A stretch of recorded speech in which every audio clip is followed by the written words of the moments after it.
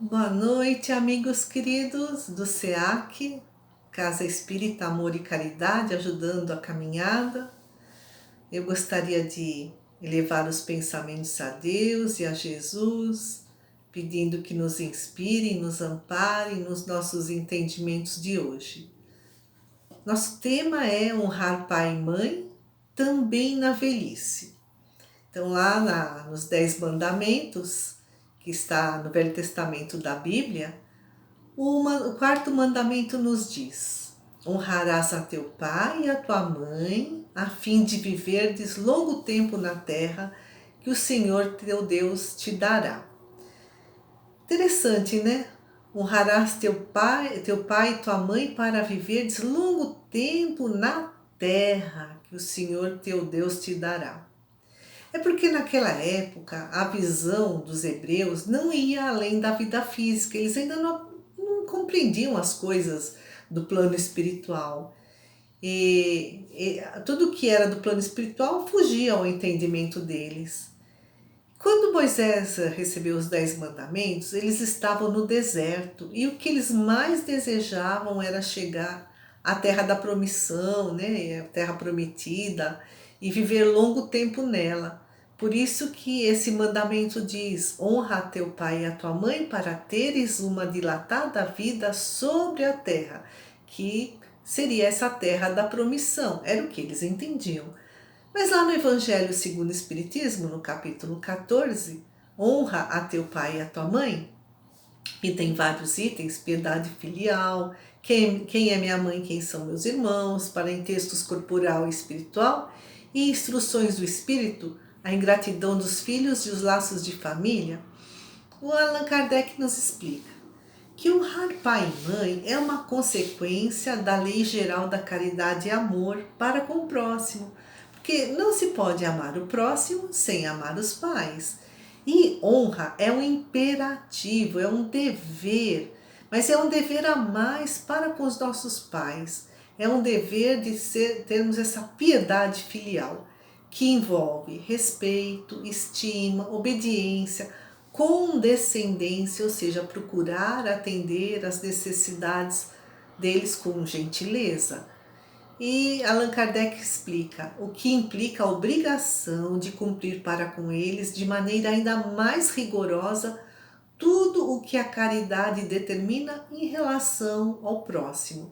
E esse dever, então, deve ser levado aos nossos pais, mas também às pessoas que ficaram no lugar deles.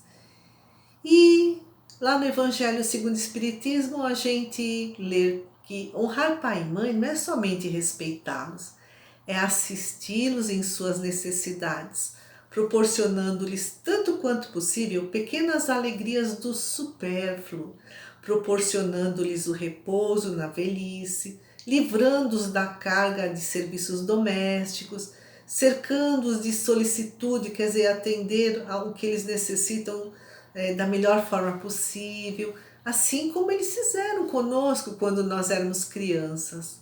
Porque quantos pais se privaram de muitas coisas para oferecer bem-estar aos filhos, os cuidados na doença, ou os cuidados com uma boa educação. Por isso Allan Kardec diz, né? As amabilidades, os cuidados carinhosos são apenas os juros do que recebemos, o pagamento de uma dívida sagrada. Aquele que é ingrato, pela lei de causa e efeito, diz Allan Kardec, também receberá a ingratidão, o abandono, ainda nesta existência ou nas próximas. É verdade que certos pais descuidam ou descuidaram de seus deveres como pais, mas nós não podemos julgá-los. Compete a Deus. Porque o próprio Jesus nos ensinou a pagar o mal com o bem, sermos indulgentes com as imperfeições alheias, não maldizer o próximo, esquecer e perdoar as ofensas, amar os inimigos. E essa obrigação com os nossos pais, então, se torna ainda maior, porque além da caridade, nós precisamos ser agradecidos por tudo que eles nos fizeram. Quando Moisés recebeu os 10 mandamentos, o povo ainda não compreendia a vida futura, a vida espiritual, eles só entendiam a vida física, né? Por isso que era honrarás a teu pai e tua mãe para teres uma dilatada vida sobre a terra, que o Senhor teu Deus te há de dar, essa terra da promissão que eles tanto desejavam.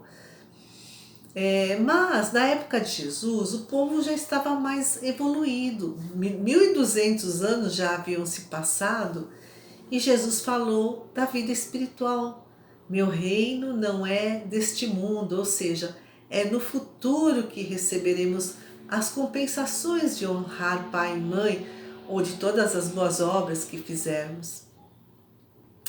E a instrução do Espírito é de Santo Agostinho, lá no Evangelho segundo o Espiritismo. A ingratidão dos filhos e laços de família. Então, Santo Agostinho nos ensina que ingratidão é fruto do egoísmo.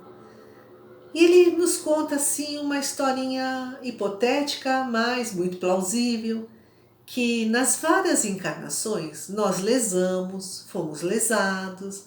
Quando nós fomos prejudicados, nós carregamos ódio, mágoa, desejo de vingança e levamos para o plano espiritual após o nosso desencarne. E lá no plano espiritual, passamos por tratamentos, escolas e vamos entendendo que se nós fomos injuriados, nós também injuriamos. Então, por isso é preciso perdoar, é preciso buscar a reconciliação. E aí, nós pedimos para reencarnar com os nossos desafetos, muitas vezes na mesma família.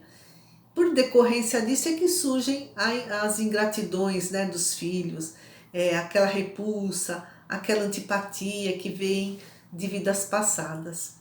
Santo Agostinho nos esclarece o contato incessante dos seres que ele odiou, ou seja, que esse filho, né, em relação ao pai, esse contato incessante é uma prova terrível, da qual às vezes sucumbe se a sua vontade não for bastante forte. Então, por isso que Santo Agostinho dá instrução aos pais que têm filhos ingratos, para que esses pais tenham paciência, compreensão, cumpram os seus deveres de pais amorosos. E nós, né? Nós, se somos esses filhos ingratos, então nós precisamos nos esforçar para honrar pai e mãe, eliminando mágoas e perdoando. Porque os pais nos deram a vida, não importa se eles foram bons ou maus. Eles nos deram a oportunidade da reencarnação. Pai e mãe são portas da encarnação para que possamos continuar evoluindo. Por isso a nossa dívida para com os nossos pais é imensa. Allan Kardec escreve: lembra-te de que a vida para com teus pais terrestres é sempre insolvável por natureza sublime. Não dá para pagar, não dá para solver essa dívida, né? E honrar. Honrar é uma palavra que vem do hebraico, significa pesar, medir, avaliar. Então, honrar pai e mãe. Quem é minha mãe? Quem é meu pai? Quem são eles? De onde vieram? Como se tornaram como são? Para que possamos compreendê-los e ver além das aparências. Porque os pais e mães também são seres em evolução, também erram. Aí é preciso, então, aí a nossa parte é perdoar. Não esperar que eles nos deem o que eles não podem nos dar, né? Com o nosso nível de expectativa assim muito grande. Tem um escritor e um psicanalista chamado Caio Fábio. Tem muitas lives na internet, é muito interessante o que ele ensina. E fala assim na análise psicanalítica, né? Honrar pai e mãe é estar à altura deles no bem, porque eles são nossos guias, nossos modelos, e se possível até superá-los, para que eles fiquem orgulhosos dos seus filhos. Ah, meus filhos são bem formados, são homens e mulheres de bem. Mas honrar pai e mãe não significa imitá-los em seus vícios. Por exemplo, tem pais que fumam e falam para os filhos: olha, não fuma, viu? fumo faz mal para a saúde, mas eles mesmos não conseguem largar de fumar. Ou então o pai que fala, olha, você não pode mentir nunca, viu? A mentira tem perna curta. Mas aí toca o telefone, toca a campainha e o pai, a mãe diz ao filho, olha, se for pro fulano de tal, diz que eu não estou. Então, nessas imperfeições deles, nesses vícios, não precisamos imitá-los, precisamos procurar ser melhores do que os nossos pais, e aí eles se orgulharão de nós. Mas se a situação se tornar assim um dilema, por exemplo, os pais querem que os seus filhos façam algo que vai contra a ética, contra a moral, porque honrar pai e mãe significa também obedecer. E aí, como é que fica a obediência dos pais se eles pedem aos filhos fazerem coisas erradas, vamos dizer assim? Quem nos responde é lá no Novo Testamento, no livro de Atos, Atos dos Apóstolos, capítulo 5, item 29. Mais importa obedecer a Deus do que aos homens. Mais importa obedecer a Deus. Então, é fazer sempre o bem, né? Nesses casos, não é necessário obedecer aos pais se eles estão pedindo algo que está fora da ética, da moral. Mas vamos entrar no tema, né, dessa palestra, honrar pai e mãe também na velhice, porque quanto mais idosos as pessoas vão ficando, mais idosas, maiores serão suas necessidades, mais cuidados elas vão ter que receber. Por isso é necessário que os pais tenham muita tolerância com os limites, né, das pessoas na sua vida que já estão na terceira idade, dando-lhes o direito de estarem na fase da velhice. O padre Fábio Melo também faz muitas lives lá na internet. Ele disse: amar é entrar no tempo do outro. Ou seja, precisamos desacelerar para estar ao lado dos nossos idosos, não só estar fisicamente presentes, mas com o coração, com os nossos melhores sentimentos. Porque velhice é um novo jeito de ser, um novo jeito de estar, de fazer. Então, amar é acompanhar o processo de mudança do outro. Porque o tempo vai passando tão depressa, muitas vezes a gente não se dá conta de que os nossos pais já estão idosos. Nós queremos que eles continuem fazendo para nós coisas que faziam há 20, 30, 40 anos atrás e agora eles não têm mais condições de fazer. Então, a nossa obrigação é qualificar a vida deles, propiciar-lhes qualidade de vida. É o que Allan Kardec falou lá no Evangelho segundo o Espiritismo. Proporcionar-lhes o repouso, livrá-los da carga de serviços domésticos, cercá-los de solicitude, oferecer-lhes tanto quanto possível pequenas alegrias do supérfluo. E olha que coisa mais interessante, bonita, lá no Velho Testamento, no livro Eclesiastes, capítulo 3, itens 14 e 15. O rei Salomão escreve: Filho, ampara a velhice de teu pai, e não lhes des pesares em sua vida. E se lhe forem faltando as forças, suporta-o, e não o desprezes por poderes mais do que ele. Porque a caridade que tu tiveres usado com teu pai não ficará posta em esquecimento. Eclesiastes foi um livro escrito pelo rei Salomão, o rei de Israel, considerado muito sábio. Ele já era idoso quando escreveu esse livro. Eclesiastes significa as palavras do pregador, aquele que reúne. É um livro muito antigo. Calcula-se que ele tenha sido escrito de 450 a 180 a.C. E o rei Salomão traz uns ensinamentos sobre a melhor forma de viver a vida. Então, sabedoria, diz ele, é o caminho para uma vida terrena bem vivida. E olha que frase fantástica, né? Que ele escreve lá no Eclesiastes. Filho, ampara a velhice de teu pai, não lhe dê mais pesar, né? Não seja pesado a ele. Se ele não tem mais força, suporta. Não desprezes, não o despreze porque você está mais forte que ele, porque a caridade que você fizer para ele não ficará no esquecimento. Tem um texto na internet que é tocante, nos faz refletir sobre o quanto precisamos ser gratos aos nossos pais por tudo que eles fizeram por nós. Diz assim: é quando o pai envelhece e começa a trotear como se estivesse dentro de uma névoa, lento, devagar, impreciso.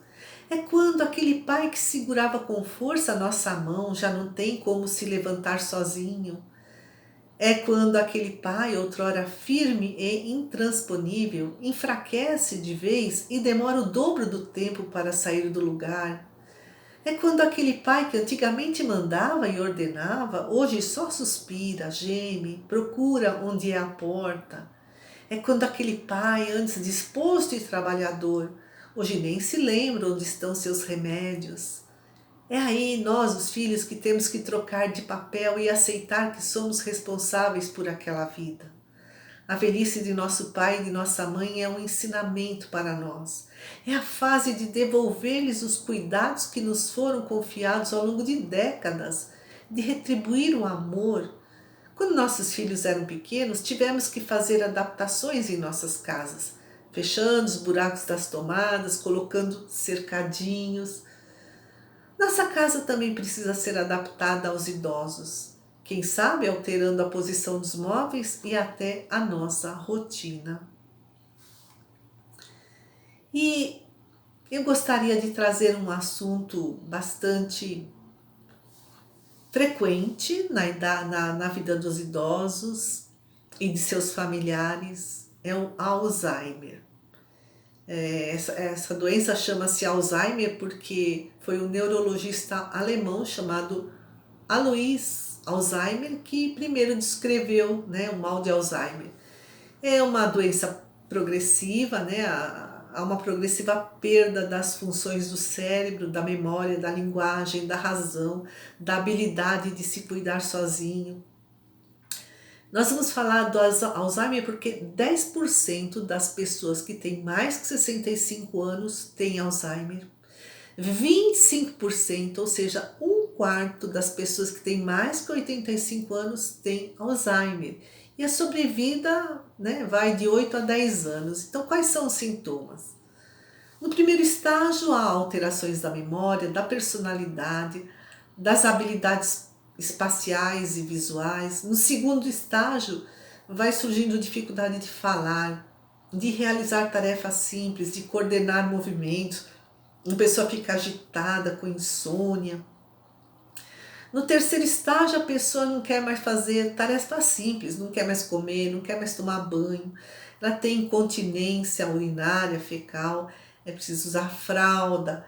Ela vai adquirindo uma deficiência motora progressiva. E no quarto estágio, então, ela fica no leito, muda, tem dificuldade para engolir, dor para engolir os alimentos, as infecções são intercorrentes, né? Vão e voltam. Por que nós estamos falando dos sintomas do Alzheimer? Porque acontece muito na população idosa e é um esclarecimento para os familiares de que é uma doença, não é a teimosia, não é a rabugice da pessoa, ela está doente. E cuidar de uma pessoa com Alzheimer é muito desgastante. Às vezes é preciso pedir ajuda para outros familiares ou para profissionais. E é preciso também tomar muitos cuidados, porque quantas pessoas com Alzheimer saem de casa e se perdem. Não sabem quem são, onde moram. Por isso, a orientação é colocar pulseiras de identificação com nome, endereço, telefone e as palavras memória prejudicada. Estabelecer uma rotina diária, uma rotina simples para que o idoso possa se envolver nessa rotina encorajá-lo a fazer as coisas por si mesmo, né? Tomar banho sozinho, se vestir sozinho. E quando não consegue mais, ficar do lado dele, supervisionando, né? É o passo a passo. Agora você tira a roupa, agora você entra no banho, agora se ensaboa. Para manter o máximo de tempo possível a autonomia dele. Mas chega um momento em que o idoso com Alzheimer nem consegue mais fazer as coisas sozinho, não consegue nem mais fazer escolhas. Então não adianta ficar perguntando se quer comer isso, isso, aquilo. Não, é limitar as opções. Às vezes chega um momento que a gente é que precisa escolher por eles. E cuidar, né, de uma dieta balanceada, de exercícios físicos, de acordo com o que eles podem fazer. Eliminar da vida deles o cigarro, o álcool, porque agravam ainda mais o desgaste mental. Estimular o convívio deles com a família, com os amigos. Reorganizar a casa, afastando os objetos que possam apresentar algum perigo. E precisamos nos conscientizar de que haverá uma evolução progressiva da doença e que as habilidades perdidas não serão recuperadas. O Jorge Teixeira é um psiquiatra e um escritor espírita, já escreveu vários livros, né, no século passado. Ele traz umas reflexões. Diz ele, no caso do Alzheimer, principalmente as pessoas que estão no estágio avançado, que não falam, não reagem, não podem sair da cama, quase não têm movimentos, estão totalmente dependentes dos outros. O que esse espírito tem a aprender numa situação dessas e o que os seus familiares têm a aprender? E onde fica o espírito? Ele está mais perto do mundo material ou mais perto do mundo espiritual? E por que tanta dor? E aí o psiquiatra Iso Teixeira nos diz, a chamada terceira idade é muito propícia a doenças degenerativas cerebrais, né? Principalmente o mal de Alzheimer, que compromete a memória. Então, primeiro, a pessoa perde a memória de fixação, né? Fala uma coisa, daqui um segundo já não lembra mais. Depois perde a memória de curto prazo, né? Esquece os acontecimentos recentes, não sabe se já almoçou, tomou café da manhã. Com o tempo vai deteriorando a memória de longo prazo, a pessoa esquece até os acontecimentos de um passado mais distante. As funções psíquicas mais complexas também se deterioram primeiro, então a cognição, o raciocínio, o pudor, né? Então as pessoas saem na rua sem roupa, fazem urinam na calçada, mas elas não têm noção do que estão fazendo. Uma parte do cérebro que cuida do pudor está lesado. E depois as funções mais simples também vão sendo afetadas, né? A função motora, andar, comer. Onde e como fica o espírito nesse estado? Bom, o Livro dos Espíritos foi escrito em 1857 e naquela época não se conhecia a, a fisiopatologia da doença de Alzheimer, né? Mas lá no Livro dos Espíritos, na questão 156, Allan Kardec pergunta: a separação definitiva entre a alma e o corpo pode verificar-se antes da cessação completa da vida orgânica? E eles respondem: na agonia, às vezes a alma já deixou o corpo, que nada mais tem do que a vida orgânica. Então, no mal de Alzheimer, o cérebro está deteriorado, ele não reage mais ao comando do espírito. A alma já, conforme diz o Iso Teixeira, já deixou o corpo, mas não de forma definitiva, né? Porque só na desencarnação é que há uma separação completa entre o espírito e o corpo físico. Mas há uma ligação tênue entre o corpo e o espírito. E ele cita o Livro dos Espíritos, na questão 155, em que é um comentário, né, de Allan Kardec. A alma se desprende gradualmente. Não se escapa como um pássaro cativo a que se restitua subitamente a liberdade. O espírito se solta pouco a pouco dos laços que o prendiam. Esses laços se desatam, né? Não se quebram, né? Então esse desprendimento, diz Allan Kardec, pode levar dias, semanas, meses, no Alzheimer, de 8 a 10 anos, né? E o que os espíritos têm a aprender nessa situação? O que seus familiares têm a aprender? Pode ser uma prova que um ou outro, o doente ou seu familiar escolheu para poder evoluir um pouco mais. Ou pode ser uma expiação, que de acordo com a lei de causa e efeito é uma quitação dos débitos de vidas passadas. Mas é um grande aprendizado de resignação e de amor. Eu gostaria de contar uma historinha assim inventada, né?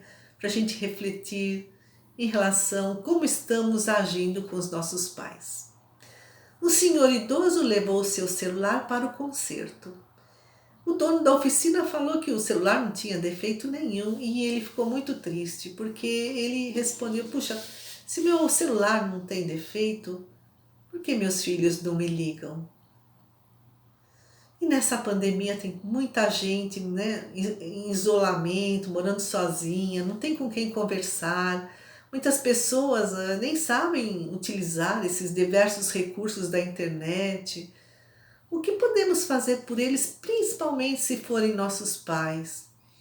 Como nós nos sentiríamos se estivéssemos na situação deles, esperando, ansiosos pelo telefonema ou pela visita dos filhos, dos netos, mas eles estão entretidos com a sua rotina diária, com seus compromissos. Mas lembremos, né? Eles nos deram o seu tempo, eles nos deram dedicação, amor. Então não podemos ser ingratos, insensíveis, incompreensíveis, ausentes, porque quando eles partirem para a pátria espiritual, nós poderemos cair na saudade e no remorso, e isso vai doer na nossa alma. Então, aproveitemos esse tempo em que eles ainda estão conosco aqui, né, encarnados, porque quando eles partirem, sentiremos a consciência tranquila e a paz do dever cumprido, se nós lhe demos tudo o que temos de bom dentro de nós. E eu gostaria então de convidar a todos que façamos uma vibração pela implantação do Evangelho nos lares, nas casas espíritas, em todos os templos religiosos. Vibremos pelos que estão reunidos na reunião de hoje e também por todos os que estão ausentes. Vibremos pelo Vale dos Suicidas, pelo umbral e pelas trevas, pelo Vale dos Abortados, pelos oceanos e aos médicos do espaço. Vibremos pelo nosso tratamento, pelo recolhimento dos espíritos. Vamos pedir pela limpeza dos ambientes, aproveitando, pedimos para os espíritos de luz colocar os remédios nos copos com água. Vibremos aos enfermos, tanto do corpo como do espírito. Vibremos pelos hospitais, pelos velhinhos e pelos moradores de rua. Vibremos a todos, encarnados e desencarnados, graças a Deus e graças a Jesus. Então, nós te pedimos, Pai de imenso amor e bondade, amado Mestre Jesus, abençoa o nosso planeta, alivia, sustenta e ampara o coração de todos os que estão sofrendo, nos lares, nos hospitais, ilumina as mentes dos governantes de cada país. Senhor, abençoa todos os trabalhadores do plano espiritual. Nós te pedimos, Senhor, abençoa também a nossa família, os nossos lares, que possamos colocar em prática todos esses maravilhosos ensinamentos e que possamos, nessa noite, elevar o nosso pensamento, levar o nosso pleito de gratidão aos nossos pais, estejam eles encarnados ou estejam eles na pátria espiritual. Enviemos a eles os nossos melhores sentimentos de amor e de muita gratidão. Abençoa-os, Senhor, hoje e sempre. Fica conosco, graças a Deus. Muita paz a todos. Boa noite.